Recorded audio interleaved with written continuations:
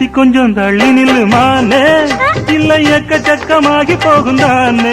பரவாயில்ல, உள்ளதெல்லாம் சொல்லி குட்டேன் நானே, அட ஊடல் என்ன கூடல் என்ன மானே.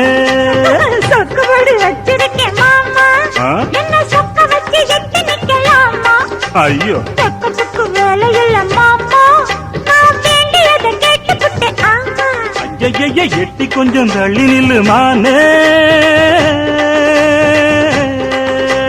தனியாக நான் படுத்தா தொந்தரவு பண்ணுதையாவோ நினப்பு. என்ன நீங்க ஆதரிச்சா விட்டு விட்டு ஓடுமையா ஏன் தவிப்பு?